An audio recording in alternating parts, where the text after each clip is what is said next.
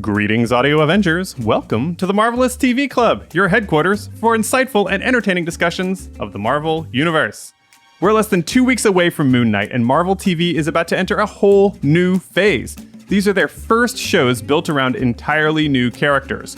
We are also on the cusp of the release of the reality-wrecking Doctor Strange and the Multiverse of Madness, so this felt like the perfect time to assess the state of the Marvel Cinematic Universe.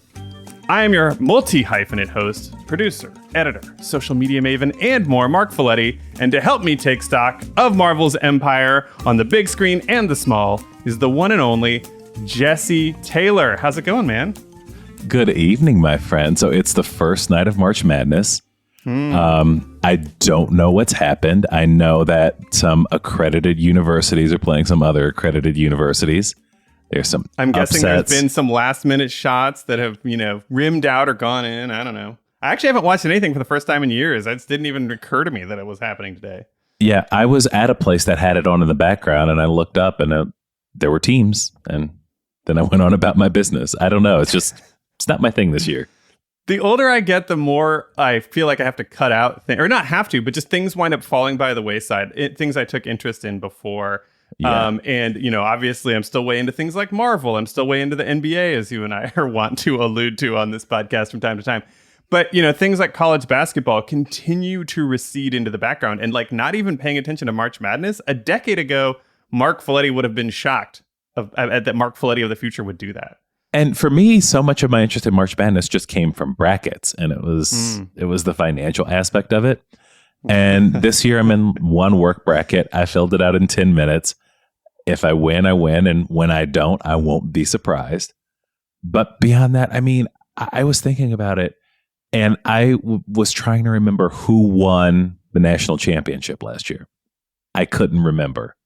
Apparently it was Baylor. Did Baylor win it? Okay. Baylor won. Yeah. I only remember that because Baylor, as a former Texas Longhorn, that is just a weird thing to me. In the ancient days when I was in school, Baylor was the doormat. You know what I mean? Yeah. And now look at them. Anyway, look, enough college basketball talk. How do we even out of here? We're not here to talk about the state of college basketball, the state of Baylor University. Jesse, we're here to talk about the state of the Marvel Cinematic Universe. Now, for this podcast, folks, I asked Jesse to come up with a couple of topics that were on his mind and not share them with me, nor have I shared any of this stuff with Jesse. So we are purely coming at this reactively in the moment just to see where the conversation takes us. Because sometimes it's fun to plan everything out and make sure we've hit all of the major points. But with something so broad like the state of the Marvel Cinematic Universe, I felt like it would be more fun to just be completely surprised by each other. And the other thing about this is we're so used to having all these shows to respond to specific episodes that we need those outlines because we're often working under a tight time crunch. But on this episode, heck no, anything goes. So we're taking off the reins. We're throwing caution to the wind. I'm a structure-obsessed podcaster, in case you hadn't noticed. But this one is relatively loose. That said, I did say for each of us to come up with 3 topics, and then we'll bounce back and forth. So we'll do a little of that.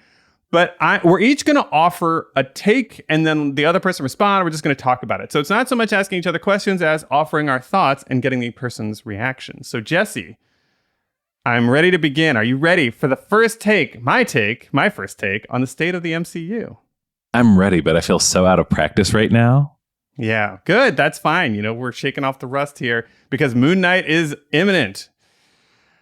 Jesse, I'd like to talk about Marvel TV, but I'd like to talk about it in context of DC TV, because my first take about the state of the MCU is that Peacemaker, the show on HBO Max starring John Cena, put Marvel on red alert. I'm talking major red alert about the quality of their television.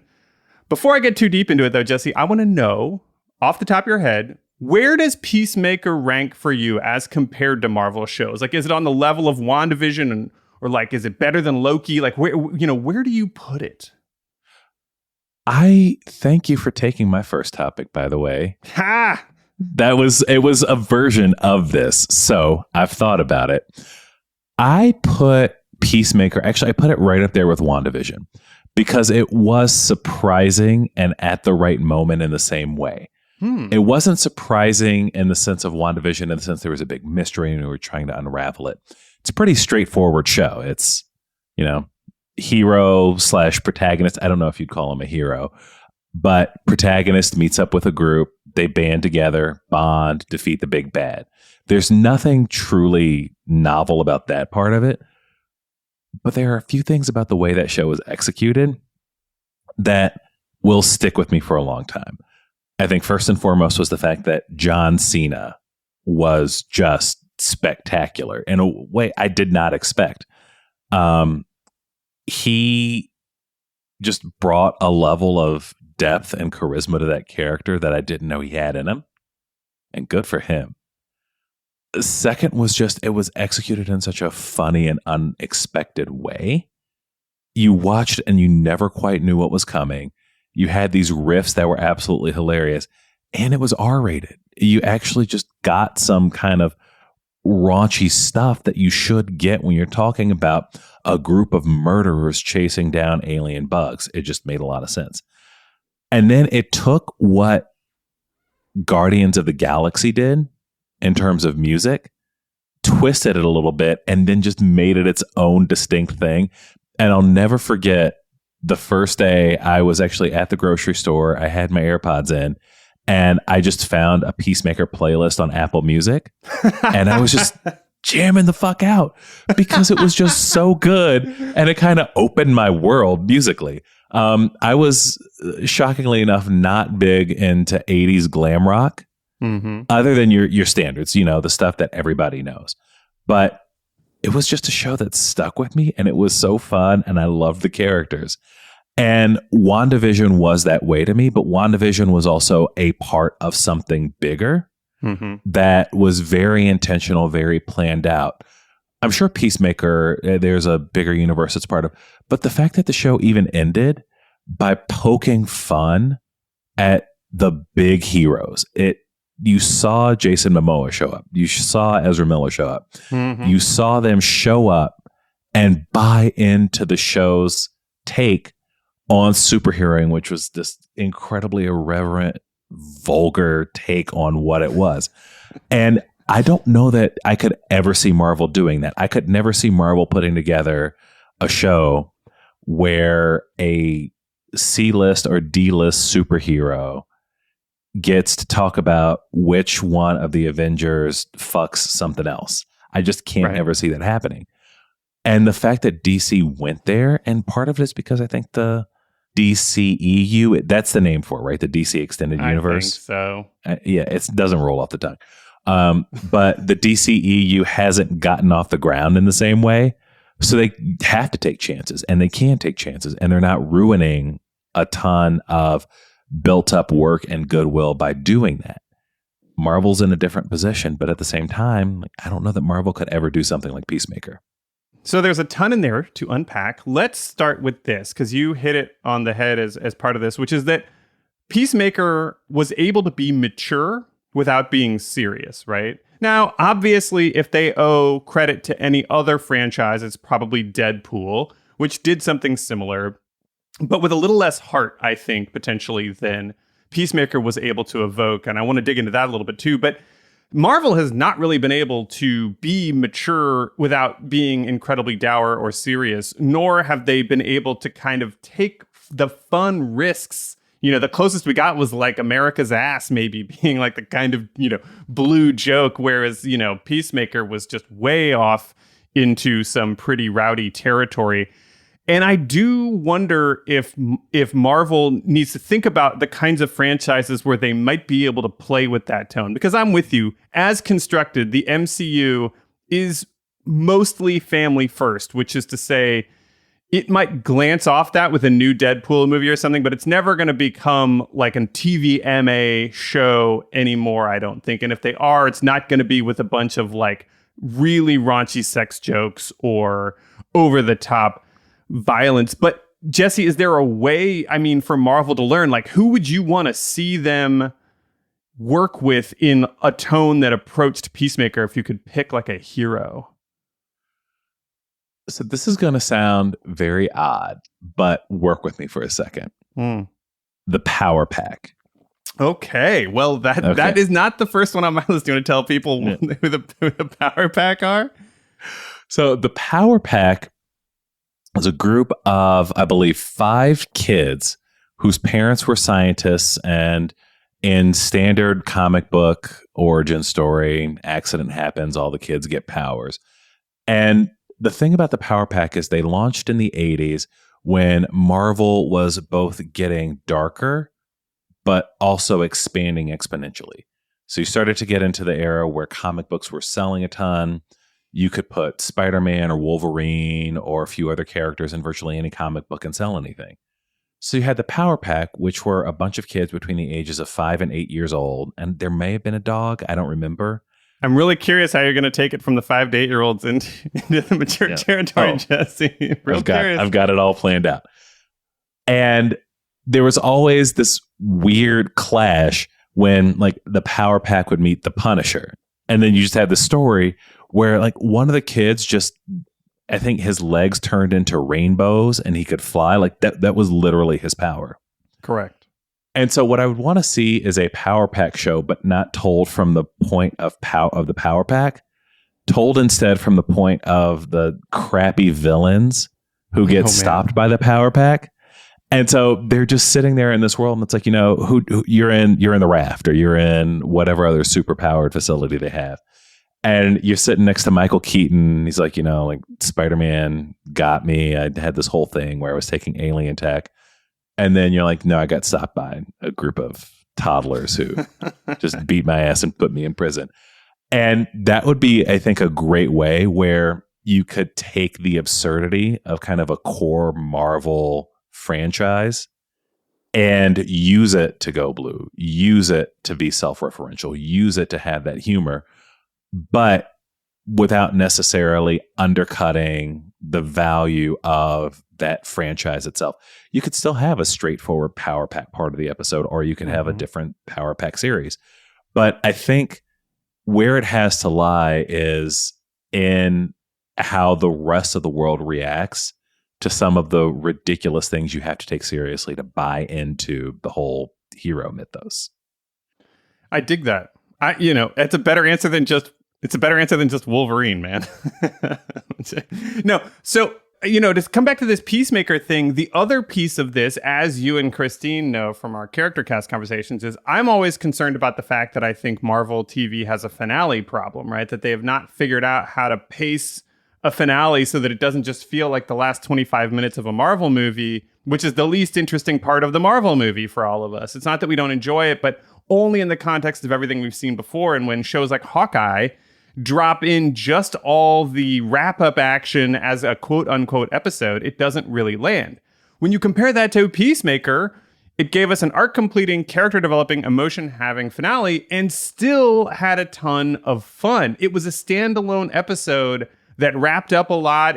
Characters like Economos, who, all these supporting characters had arcs, the realization of the things that have been building up to their characters, even whether it was jokes about like his beard or his, about how his bravery on the field, or, these people connecting as a group or a team for the first time ever. I wish Marvel TV would learn from James Gunn's direction on that and figure out how to make a final episode that makes you feel good about the series, I think that's exactly right, because the finale wasn't constructed to build into the next movie. It wasn't to be Suicide Squad 2. It might feed into that, but it didn't feel like that. Whereas with Marvel, every single finale episode is just the teaser for the next project. WandaVision leads into Multiverse of Madness. Loki, which was probably the best finale, was just Loki season 2. It wasn't trying to do anything broader than that. Right.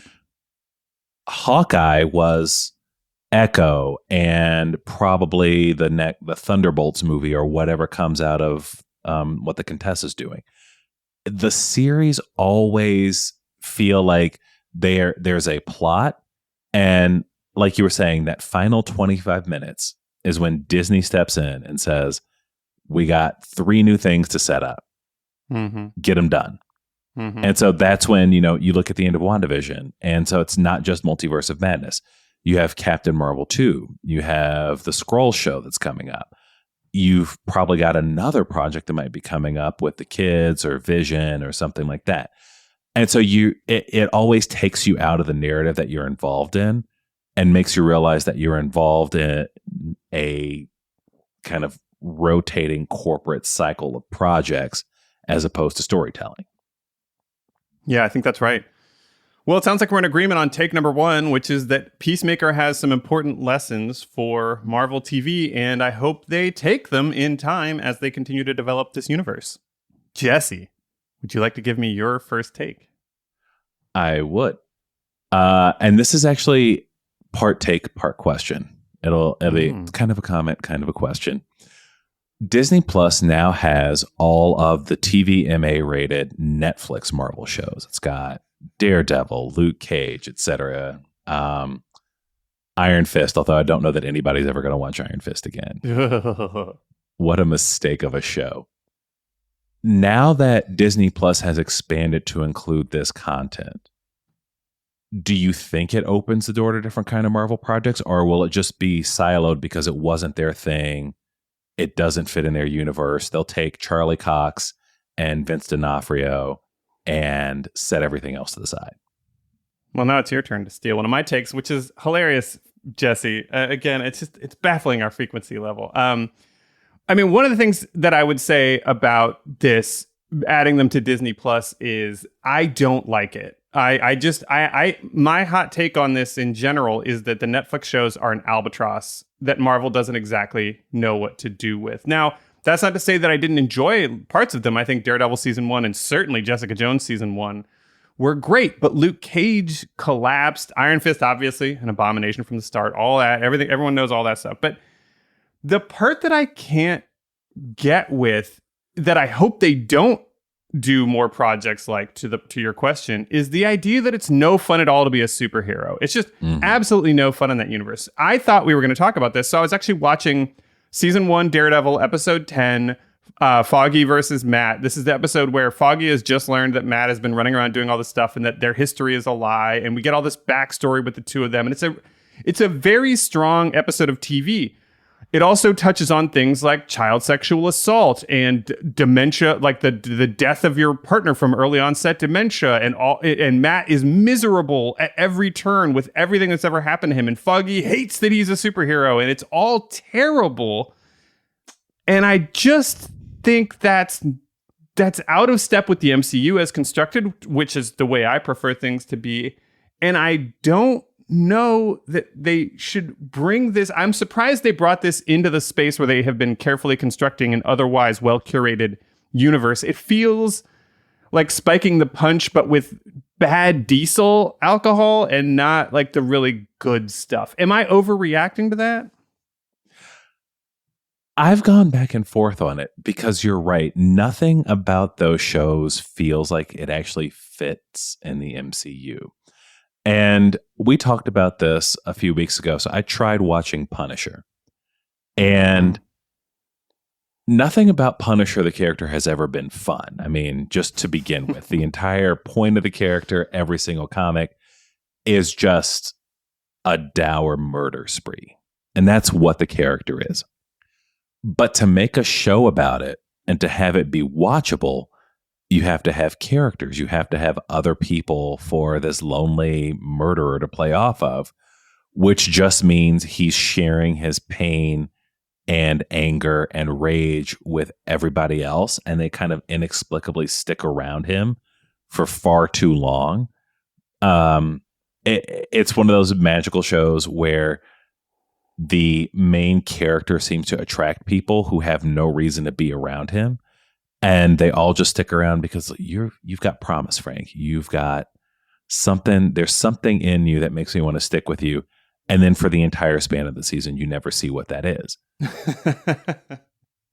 And if you look at the shows, I mean, from either the poor execution or, like you were saying, and I think you're exactly right, the way they approach being a superhero, I just don't understand why you put that next to the other stuff that's a lot more, not only popular, but a lot better executed.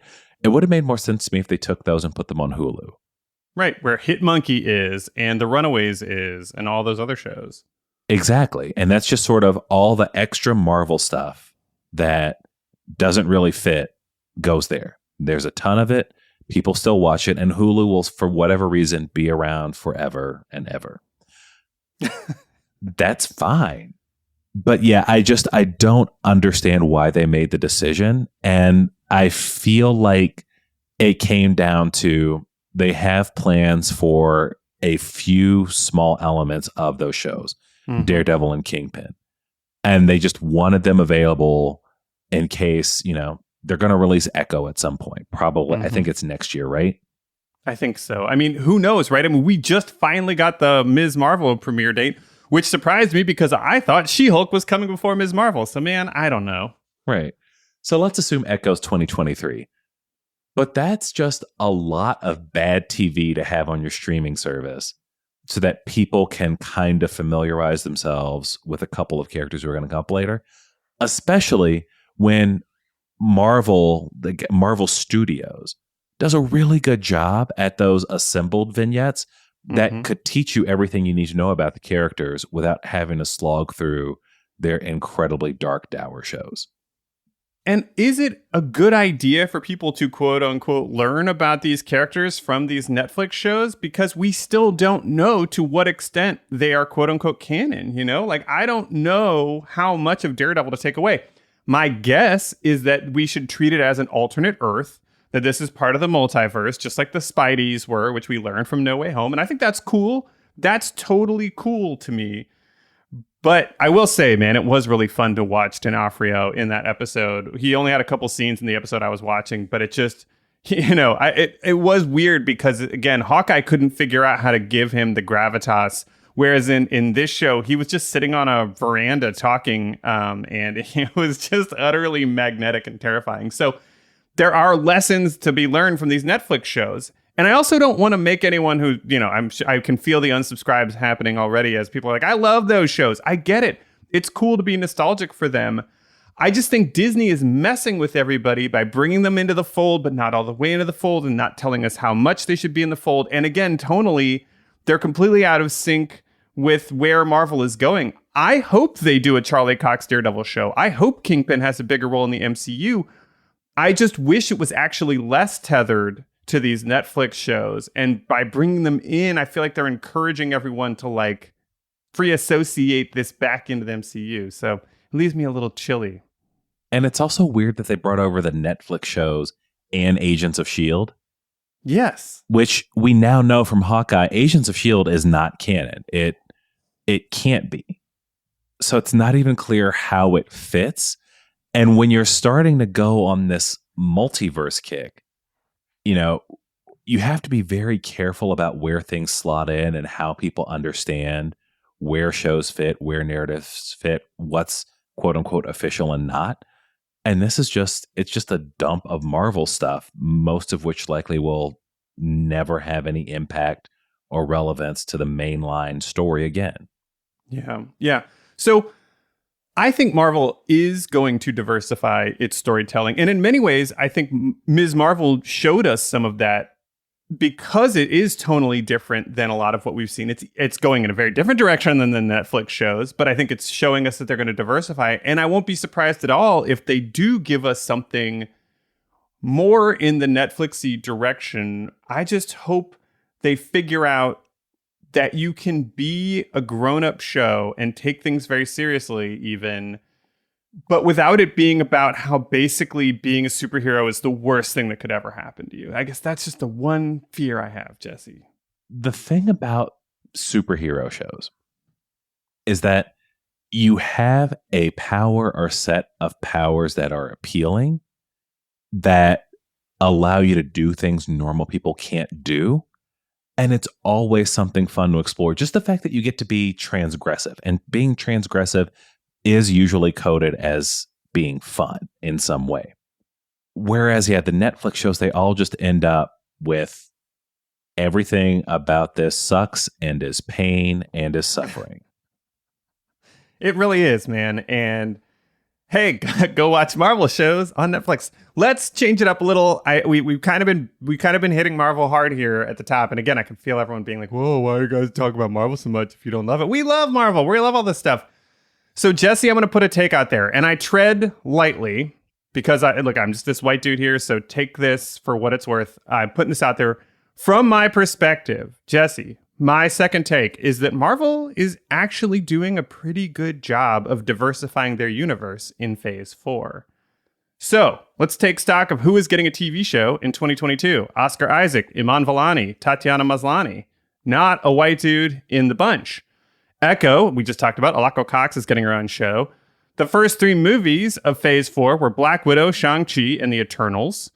We got Spidey and Doctor Strange, but Doctor Strange has given us America Chavez. That's pretty cool. I'm excited for that character, a dimension-hopping badass teenager, who also I think could be an amazing Disney Plus TV show candidate down the line. So it feels to me as an observer that this is going well and it's substantive. It's not lip service. And it also isn't something where I'm seeing a ton of like bad faith pushback or people feeling alien. I don't get it. This isn't for me anymore. None of the white guy stuff on that end either. I guess I feel like they're nailing this on the diversity front for the characters. How do you feel about that? Am I on the right track? I think that's right. And it's funny you bring up that take because I feel like the focus there was on Turning Red, which I don't know. You probably haven't seen, but I've seen. Dude, I watched Turning Red 2 nights ago, man. I'm on it, baby. I'm on it. Hip to the kids. So you've got to watch 5 more times to catch up to us. Probably.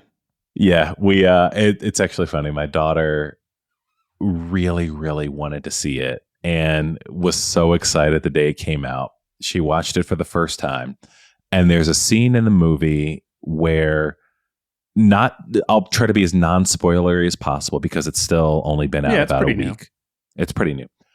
But there's a scene in the movie where the main character, May, turns into the panda and gets angry at somebody. And it's very intense. It's just a very intense physical scene. And my daughter thought it was super scary. So we could only watch up to that point. And we watched up to that point 4 times in a row and shut the movie off. So I had to watch it again by myself just to see the ending, to know what happened. Finally, we did get past it, but my Lord, it was so frustrating to stop at that part every single time. But getting back to your actual question, I think you're absolutely right. And it was always the big knock against Marvel from phases 1 through 3. It's why Black Panther was such a breath of fresh air, because it was the first time we got to see anything that wasn't just one of the 4 main white guys and Black Widow in the MCU, like doing their thing. And what I am a little bit worried about as we move forward, Marvel actually did address this head on in Falcon and the Winter Soldier, where we see Sam becoming Captain America. And there is this very textual worry about what happens when a black man takes on a mantle that normally belonged to a white man, especially when we had a black man who took on that mantle before and he was grossly mistreated by the government for decades and decades. What I do worry about in terms of that backlash and that sort of unjustified bad faith criticism is when we start getting to things like Ironheart, where we start getting to Riri taking on the Iron Man mantle, or we start seeing some of the young Avengers coming in and having those same personas as set Avengers that we already have. Hawkeye, in a way, opened the door to this because we had Kate Bishop, and because it was based on a series that was so good and so beloved, it was hard to even muster that bad faith criticism for a lot of people. Right. But we're going to have a lot more characters coming in who are a lot more diverse and who don't necessarily have those classic runs associated with them. They've got good stories, they've got good backgrounds in the comics, but they don't necessarily have that same buy-in that comes from having, say, the Matt Fraction Hawkeye series as your narrative backbone. But I'm super excited about it because, and this is again personal, I will go back to my daughter. She's excited about Ms. Marvel. We showed her the trailer And it's the first Marvel thing she's ever been excited about because it just looks accessible to her. It's like, it is a girl who has feelings and is excited and nervous and feels awkward and also has some superpowers. That's very fun. But it doesn't feel like this universe that she's hopping into. It doesn't look scary. It doesn't look intimidating. It looks like something she is interested in. And she may love it, or she may watch one episode and decide that it's just not her thing. But it's the first time that she's ever been excited for something like this. No, that warms my heart, man. That's very cool. There's a lot to be excited about on this front. And again, I think sometimes Marvel's approach to this stuff about maybe, they have a big picture plan, right? They plan way out in advance in a way that I'm not sure we've ever seen a storytelling enterprise at this scale planning that far ahead. So I'm hopeful that, again, this is not something where they're going to regress too far. The other thing I was thinking about, Jesse, was Nick Fury as I was thinking about this topic. And I'm not exactly sure where this is going. So let's just sort of see where this riff takes me. But Nick Fury is black in the MCU because Marc Millar, when he did the Ultimates comic, decided that he wished Samuel L. Jackson was Nick Fury. But Nick Fury, obviously, to that point in the comics, had just been a white dude, typical, gray templed, just like Reed Richards. But his thing was a cigar. How revolutionary. Eye patch, too, of course, the eye patch. But, a writer just decided to change Nick Fury to literally Samuel L. Jackson, even in the comic at the time. That's who he drew him and intended him to be kind of conceived of. And I wonder if Marvel will consider that for any of their other seminal characters, particularly as they wade into territory like the X-Men or something. There's a lot of white people in the X-Men. Definitely not only white people in the X-Men. But, Wolverine doesn't have to be white. We were just talking about Wolverine earlier. I'd be interested to see, Wolverine could be a native Canadian, an indigenous Canadian person. That would be very cool to me.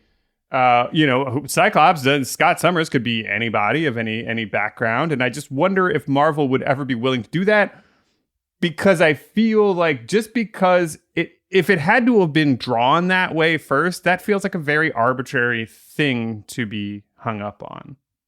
Yeah. And even as we're seeing with Ms. Marvel, her powers are going to be different in the show than from the comic, which is great. Because also we've all seen, well, I don't know how many of us have actually seen, but the Fantastic Four movies from the 2000s. And Reed Richards' powers always looked terrible. It's hard to translate that kind of power in CGI. And to have two characters, given that we have a Fantastic Four movie coming up in 2023 or 24, it's very hard to go to a general audience and say, we have two characters who can do basically the same thing, but one stretches and one embiggens, and that's different. Like, that's just not going to read for anybody. But that actually gets me to another thought, which is that if you think about, you read Reddit, you read fan casting, I think the most popular choice for Reed Richards far and away is William Jackson Harper. Love that guy. And part of it is because of his character Chidi on The Good Place. But part of it is that he has pretty much everything you need to be a superhero in the 20s, which is 1, super charismatic. Totally. 2, young enough that he can be in a lot of movies, but old enough that he's got the experience to act. 3, absolutely fucking jacked for no apparent reason. Just is. Yeah. Yeah. And can almost certainly play off anybody. Like, he's just the kind of talented actor who you could put him up against the 20 other people who are going to be ping-ponging around Marvel movies, and he's going to be good with any of them.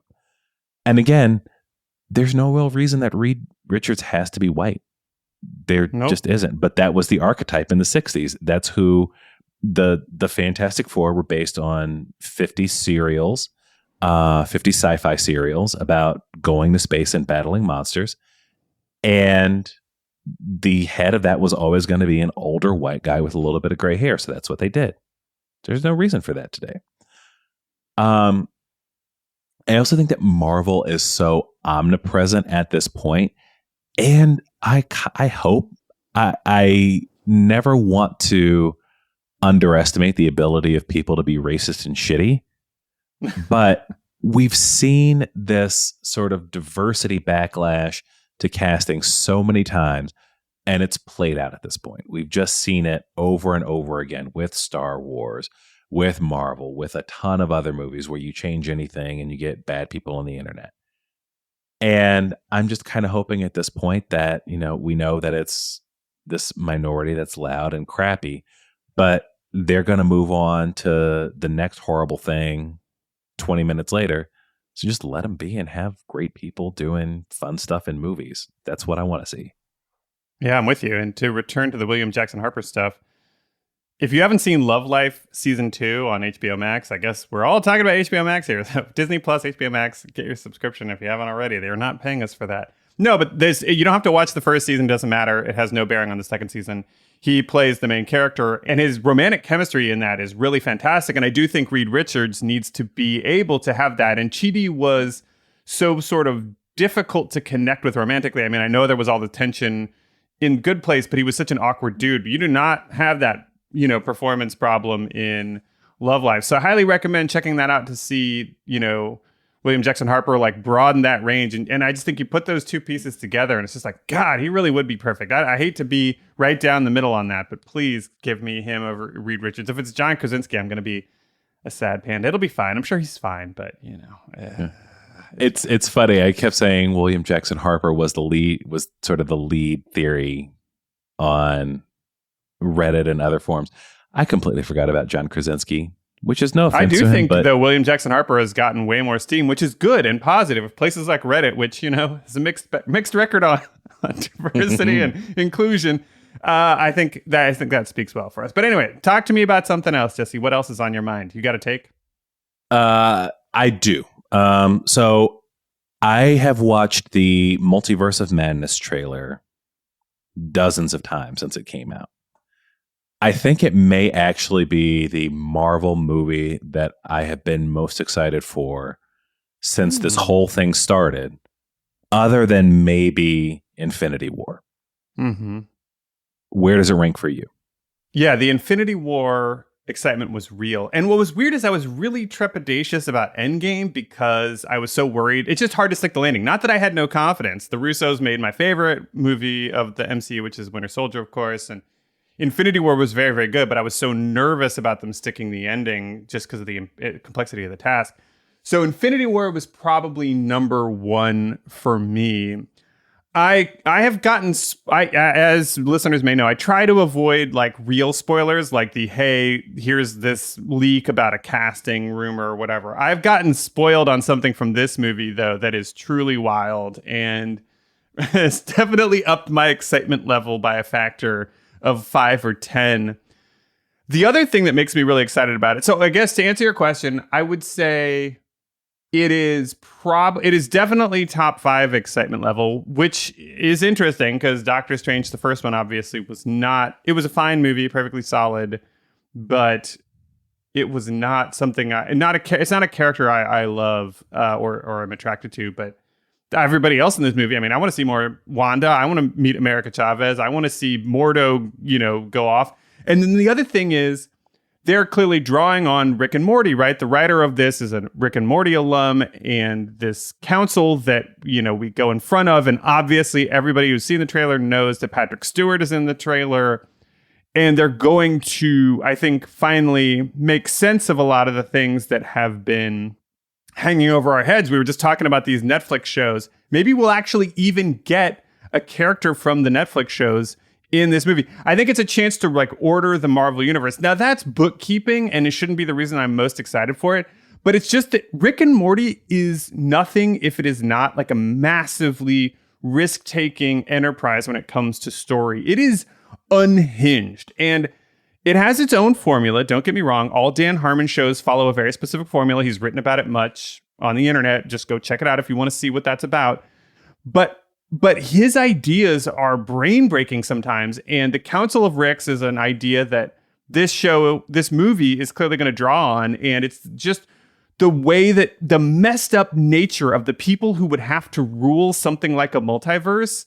I have a really good feeling that this movie is going to get into the deeply problematic nature of that. So I am indeed, I would say at least top 5 excited for this. I think Homecoming is also up there for me, was like really exciting for me just because the trailers for that were so good. And I was not a big fan of any of the other Spideys, though admittedly No Way Home made me like them more in retrospect. But yeah, man, it's way up there.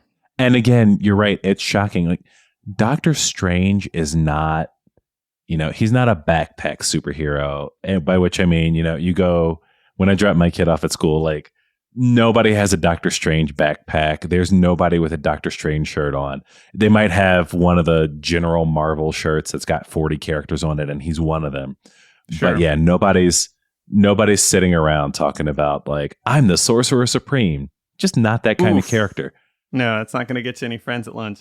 I'm excited to see it, and I'm also excited to see this new aspect of his character where he's no longer just a dick, but he's kind of playing fast and loose with rules that were put there for a reason, and there are consequences. And one of the big things I've always looked for in Marvel shows and in superhero productions generally, whether it be comic books or movies, TV, is that exploration of the consequences of superheroing. Because it eventually wears on you to have a world where superheroes do whatever they want, cause massive consequences, are involved in hugely damaging fights or events or whatever happens, and to not see what the consequences of that are, how people approach them, how people perceive of them. And I feel like with Doctor Strange, he's got this very esoteric set of powers, but powers that also shape the world and universe in ways that people don't know. But there are people who do know. And what becomes of that? And, again, when you talk about, we assume that what we're going to see in Doctor Strange, that version of the Council of Ricks, is going to be what's referred to in the comics as the Illuminati. And we'll have some versions of very iconic Marvel characters, maybe ones we know and maybe ones we don't. But to just see that and to see what that governing structure is, and Doctor Strange is actually surprisingly a really good lens to view that through. And I just want to see it. I just want it to be, it's May, right? It comes out in May. Yeah, it does come out in May. Okay. I have no sense of time anymore. It's been 2 years of a global pandemic. I don't know when things happen. But what does May even mean, Jesse? Yes. Like, no, look, here's the thing about Doctor Strange that I think will work for this movie. He is there to be reflective of other more interesting characters, I think, that are on the screen with him. I don't think that was their intent when they made the first movie, but I think they figured it out for this one, which is why he's going to be surrounded by so many interesting personalities at every step of this journey, including weirder and more messed up versions of himself, potentially even the sort of like, among the better What If episodes was the Doctor Strange, kind of losing his mind, trying to save Christine over and over and over again. And it seems like that guy might be back. Seems like the zombie guy might be back. Seems like zombie Wanda might be around. So a lot of interesting things are going to be swirling around Doctor Strange, which is cool. He can kind of take a little bit of a backseat in his own movie. That could be fun as well. Yeah. Well, that kind of leads me a little bit into something I want to talk about. My last take for you, Jesse Taylor, is that it is wild how nostalgic Marvel already is for itself. And that seems to be an increasing part of the Marvel experience in Phase 4. Obviously, we can point to the Spideys thing. It shocked me how much it was an emotional experience to watch Tobey Maguire, an actor I don't particularly like or dislike, just don't feel a type of way about, a Spider-Man who at the time I didn't feel a particular type of way about, to the point where I didn't even see Spider-Man 3 until a couple weeks before No Way Home. And then Andrew Garfield, whose movies were awful, like truly, I think, awful movies, like the Harry Osborn stuff and everything else. There was just like 10 storylines. If folks haven't seen Kevin Feige's notes to Sony for the Andrew Garfield Spider-Man movies. Just Google that and look them up. And it is everything I've ever thought and felt about those movies. There's just way too much going on. It's very cringeworthy. Like, it doesn't hold together. All the stuff they inject with like the spy parents and stuff, like removes all the things about Peter Parker that make him interesting and accessible. It was all a disaster. And yet, Jesse, when those guys show up on the screen, I felt a type of way about it. And let us not forget, because this is a show that is primarily about Marvel television, how we felt when Evan Peters showed up in WandaVision and we got that Quicksilver thing. Now we get Patrick Stewart in the Doctor Strange trailer, and I feel like the reaction is maybe only a fifth as intense as it was to Evan Peters showing up because we already had that experience with it. We talked about the nostalgia that people have for the Netflix shows and how attached they are to Charlie Cox and what it meant for people to see him in No Way Home.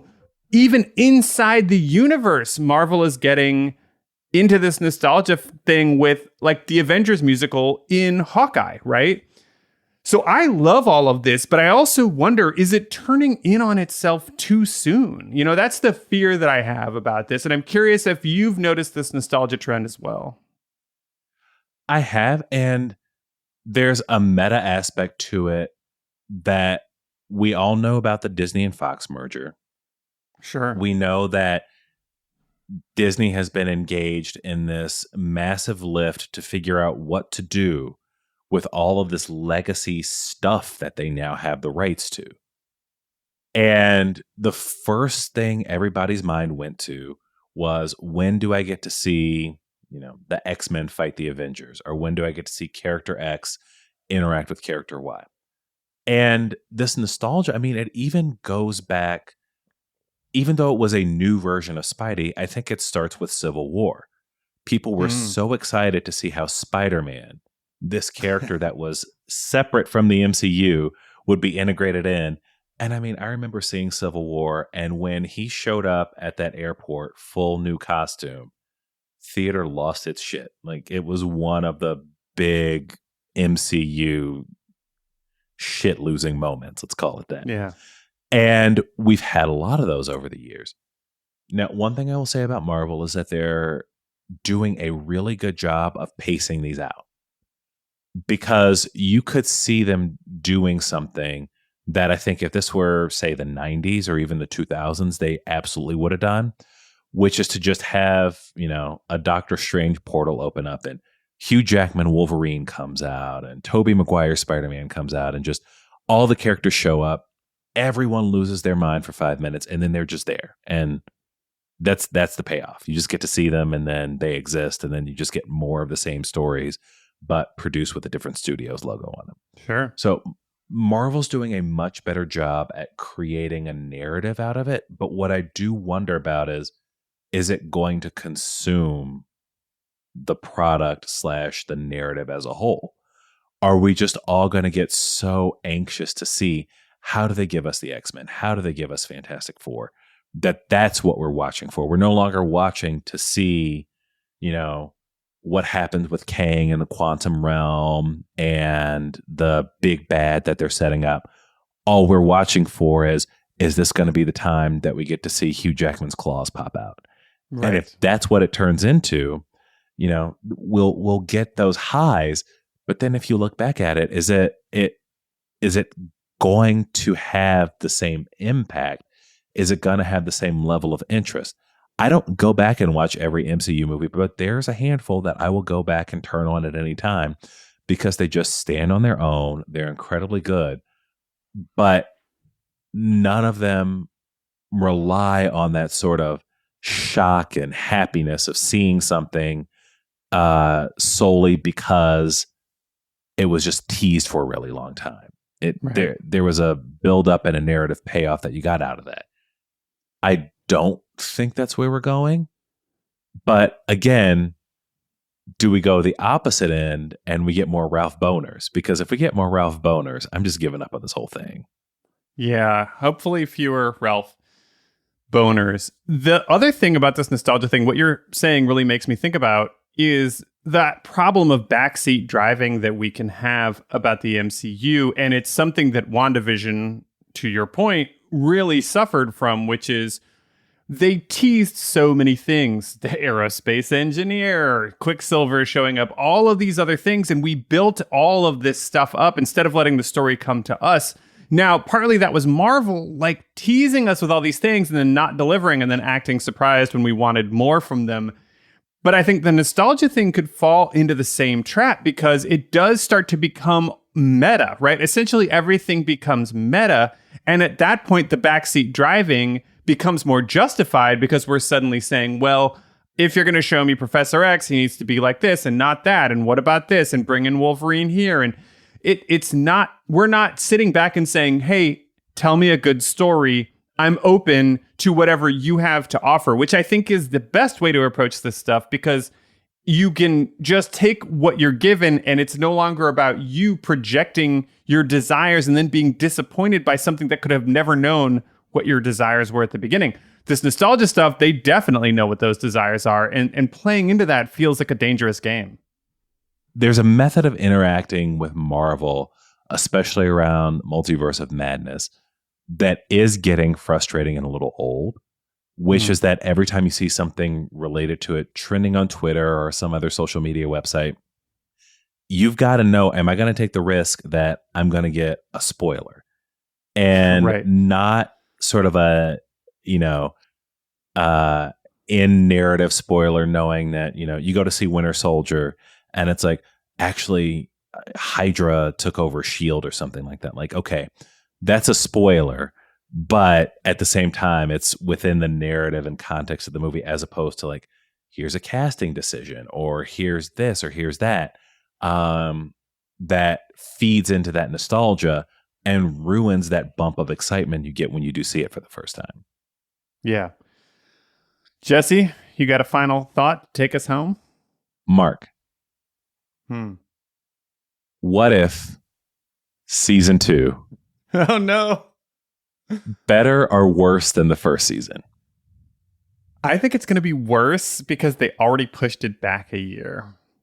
I think it's actually worse. And I'm so against not only this project, but the fact that they're trying to loop this project into all these other things with, at least in the Multiverse of Madness project, it's going to be a thing. And so that's probably why Multiverse of Madness probably needs to be like knocked down a peg or two, because I know that it's going to legitimize all this what if stuff. So here's an example of why I'm so bummed out about what if. We see in the Doctor Strange poster, Captain Carter's shield, the shield with the British symbol on it. Captain Carter is this really cool idea of a character. She started out as an idea in a game called Puzzle Quest, Marvel Puzzle Quest, which is this Puzzle Quest game that had Marvel characters added on. Amanda still plays it, and I played it for a very long time. And she was just added as like a fun little character. And now she's like developed into this whole thing. It was a total blank slate and a chance for Marvel in animated form or real form or whatever, if they were going to bring her into the world, to make it a really cool, fun, interesting backstory. And instead, we got this shoddily produced episode, which made no sense on a storytelling level, on a sort of basic level of how reality works. Like, again, this British officer who was reporting to the president, and all this stuff just made no sense.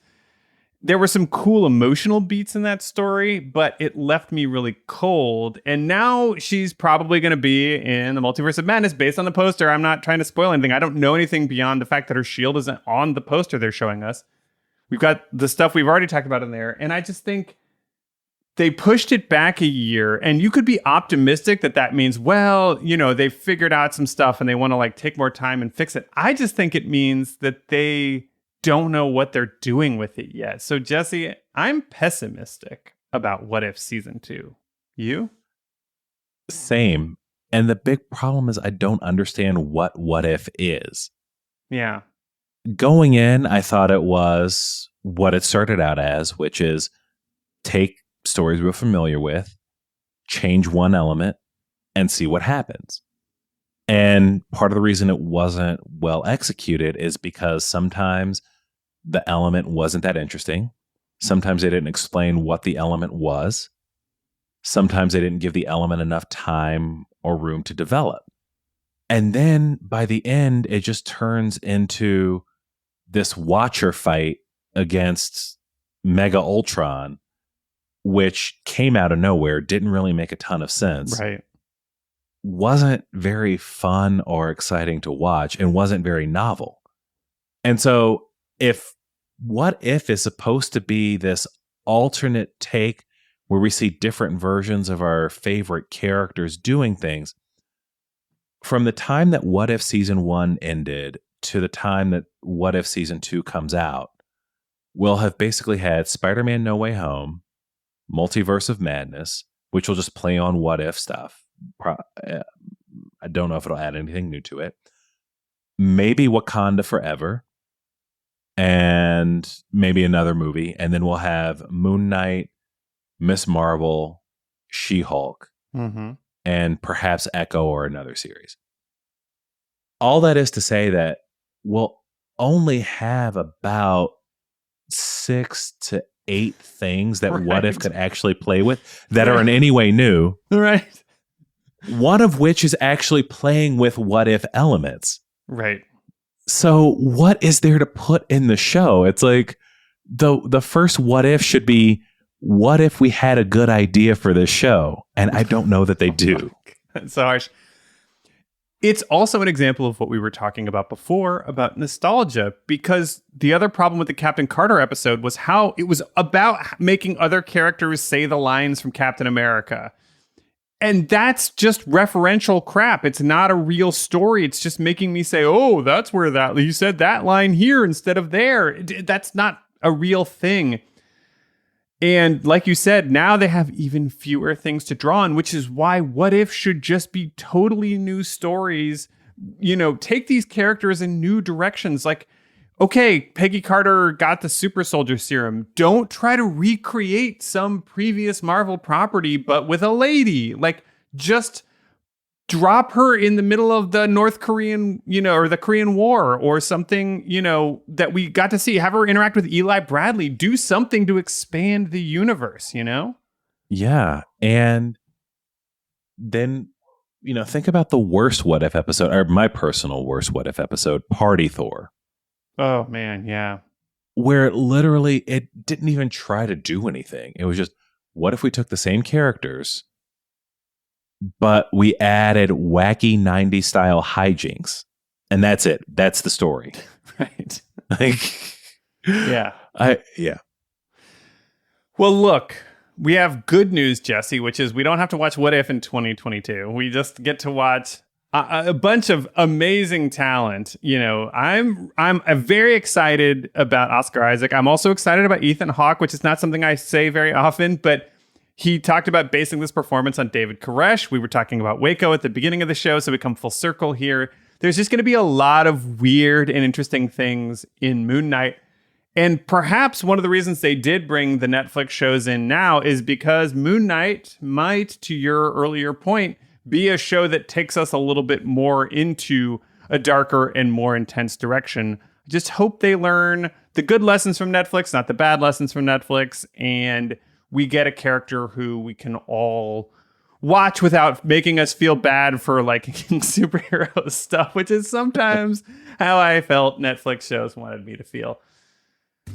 Jesse Taylor, we'll be back in a couple weeks with you. Next week, we'll get our preview for Moon Knight with Amanda and Maeve. But if folks want to talk to you more about the state of the Marvel Cinematic Universe, where can they find and follow you? They can find and follow me on Twitter at Jesse L. Taylor, Jesse. All right, legendary listeners, that is our show for today. If you are enjoying this, please leave us a 5-star Apple review so we can rise in those search rankings. And if you want to talk to me some more about Marvel TV, the Marvel Cinematic Universe, what we think about Moon Knight, how many personalities we think Marc Spector will have, you can join the Marvelous TV Club Facebook page. You can follow me on Twitter at Marc Faletti. That's Marc with a C, F as in Frank, Aletti. We're on Instagram. We're on all the platforms. All right, team, let's put on those formal whites and get ready for Moon Knight.